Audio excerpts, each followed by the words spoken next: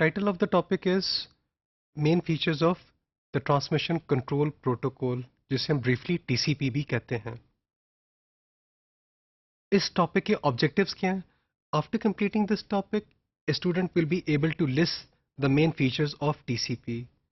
तो इसमें हम TCP कुछ फीचर्स को डिस्कस करेंगे. जो फिगर्स हैं, जो मटेरियल है in this topic, they have been adapted from Wendell Odom's book computer networking first step. सबसे पहले हम देखते हैं जो ट्रांसमिशन कंट्रोल प्रोटोकॉल है उसकी वर्किंग को एक्सप्लेन किया गया है. अगर इस डायग्राम में देखें तो हमारा जो क्लाउड्स दिखाए गए हैं ये एक छोटे से नेटवर्क्स दिखाए गए हैं. आपका एक नेटवर्क है जिसमें गाड़ी में भी वायरलेस कम्युनिकेशन हो रही है. आपके पास ये जो इंटरमीडिएट राउटर्स हैं इसके एक क्लाउड का हिस्सा है, एक आईएसपी दिखाया हुआ है, एक और आईएसपी दिखाया हुआ है, एक घर का नेटवर्क दिखाया गया है और एक यूनिवर्सिटी का नेटवर्क दिखाया गया है.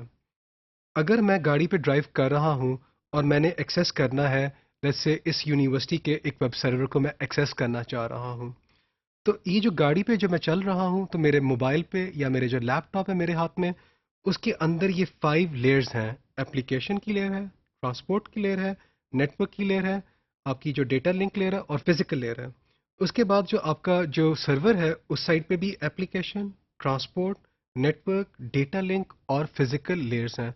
तो ये दोनों एंड सिस्टम्स हैं इस नेटवर्क के. ये एक्चुअली क्या दिखा रहे हैं हम, एक इंटरनेट की डिपिक्शन है. अगर आप देखें तो इंटरमीडिएट जो क्लाउड्स हैं उन क्लाउड्स के अंदर सिर्फ राउटर्स दिखाए गए हैं, वो आईएसपीज हैं.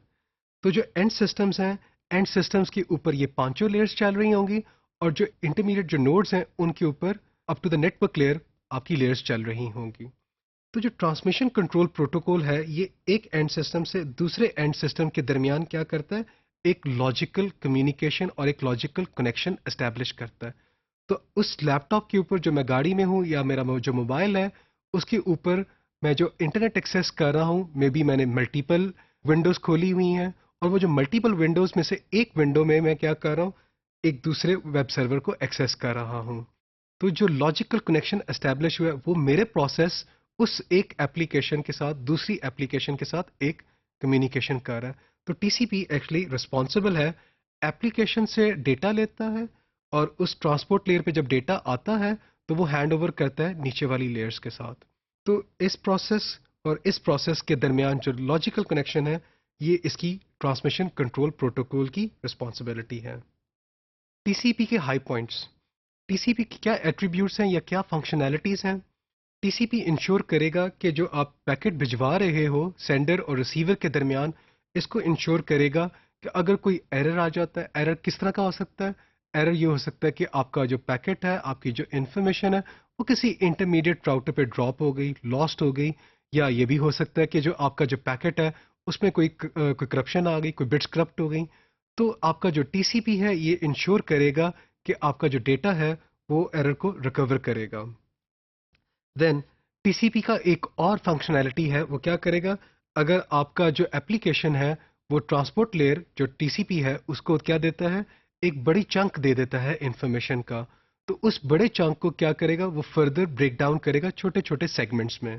तो दिस इज अनदर एट्रीब्यूट और the functionality of the transmission control protocol. एक और इसका ट्रांसमिशन कंट्रोल प्रोटोकॉल का एट्रीब्यूट क्या है, वो ये है कि अगर आपके सिस्टम के ऊपर जो सेंडर है उस सिस्टम के ऊपर मल्टीपल इंटरनेट के कनेक्शंस एस्टेब्लिश हैं, मल्टीपल प्रोग्राम्स खोले हुए हैं, और जब ये मल्टीपल प्रोग्राम्स खोले हुए हैं तो जब टीसीपी के ऊपर वापस इंफॉर्मेशन आती है तो टीसीपी की रिस्पॉन्सिबिलिटी है कि वो जो डेटा आया है वो करेक्ट एप्लीकेशन को उसका पहुंचाना लाजमी है. तो getting the data right to the individual program, not just the right computer by using port numbers. तो जो टीसीपी है पोर्ट नंबर्स के थ्रू हर प्रोग्राम को आइडेंटिफाई करेगा, उसके सॉकेट्स को आइडेंटिफाई करेगा और आपके पैकेट्स को कन्वे कर देगा to the right application, to the right program. TCP का एक और एट्रीब्यूट या एक और फंक्शनैलिटी वो क्या है, it will simplify the creation of the applications by hiding the details of the data delivery from the application. तो जो एप्लीकेशन लेयर है उसको डेटा डिलीवरी के बारे में कोई इन्फॉर्मेशन नहीं होगी. इस टॉपिक में हम जो एरर रिकवरी है उसके ऊपर एम्फेसाइज करेंगे. हम अज्यूम करते हैं कि विल्मा है, एक कंप्यूटर के साथ सामने बैठी हुई है और वो क्या करती है, she sending 3 different TCP segments. और किसको भेज रही है, फ्रेड को भेज रही है।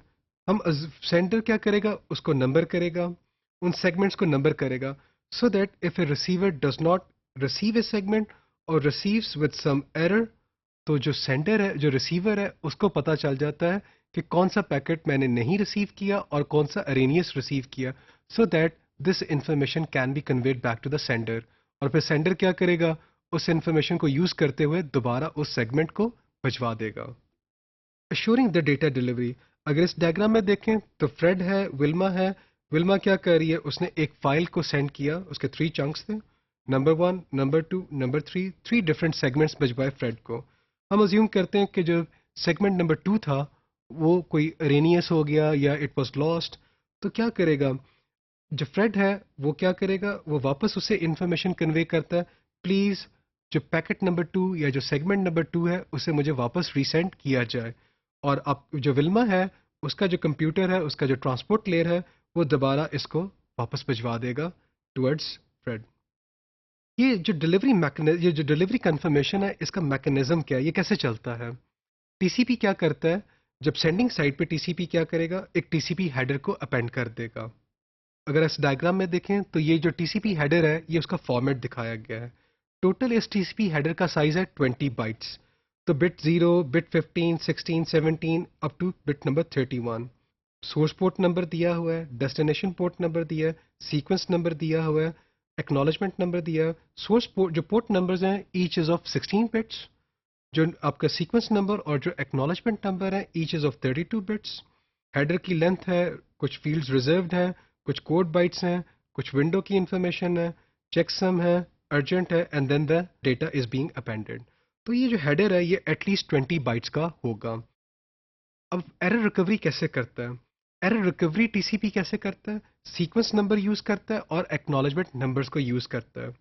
सीक्वेंस नंबर क्या बताता है कि जो आपका आपका जो वो आइडेंटिफाई करता है कि कौन सा सेगमेंट का नंबर है। और एक्नॉलेजमेंट क्या इन्फॉर्मेशन कन्वे करता है कि कौन सा नंबर मैंने करेक्टली रिसीव किया और कौन सा मैंने रिसीव नहीं किया। द एक्ट फील्ड एक्चुअली, जो एक्नॉलेजमेंट फील्ड है, it actually informs this is the number of the next segment the receiver is expecting to receive. तो जो रिसीवर है, जो नेक्स्ट सेगमेंट रिसीव कर रहा है, इस एक्नॉलेजमेंट नंबर में इंफॉर्मेशन होती है। इसको हम कहते हैं फॉरवर्ड एक्नॉलेजमेंट। अगर आप इस डायग्राम में देखें तो इस डायग्राम में हमने क्या दिखाया हुआ है, delivery confirmation without any error. तो फिल्मा ने क्या किया, 3 पैकेट्स भेजे, 3 सेगमेंट्स भेजे, sequence number 1, sequence number 2, sequence number 3। अगर ये तीनों मिल जाते हैं फ्रेड को विदाउट एनी एरर, तो फ्रेड क्या जनरेट करता है, एक्नॉलेजमेंट भेज रहा है और उसमें नंबर क्या है, 4 है। तो जो एक्नॉलेजमेंट नंबर 4 है, ये इसका क्या मतलब है कि फ्रेड एक्सपेक्ट कर रहा है कि सेगमेंट नंबर 4 विल्मा जनरेट करके उसकी तरफ भिजवा देगी। तो टीसीपी एरर रिकवरी प्रोसेस, अगर अब हम अज्यूम करते हैं उन जो 3 सेगमेंट्स में से सेगमेंट नंबर 2 के अंदर कुछ एरर्स आ जाते हैं, sequence number 1, sequence number 2, sequence number 3, वो क्या करता है, एक्नॉलेजमेंट 2 को भिजवा देता है। अब जब एक्नॉलेजमेंट 2 को वापस भेजेगा तो आप विल्मा क्या करेगी, it will send the second segment once again. जब सेकंड सेगमेंट आ गया तो क्या करेगा, अब उसने 1 भी रिसीव कर लिया, 2 भी रिसीव कर लिया, 3 भी करेक्टली रिसीव कर लिया। अब फ्रेड क्या जनरेट करता है, एक्नॉलेजमेंट 4 जनरेट करता है।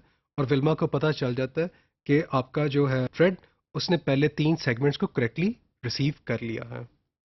तो इस टॉपिक में हमने टीसीपी ट्रांसमिशन कंट्रोल प्रोटोकॉल के जो मेन फीचर्स हैं, उनमें से एक फीचर को अंडरस्टैंड करने की कोशिश की है, जो आपका एरर रिकवरी का मैकेनिज्म था।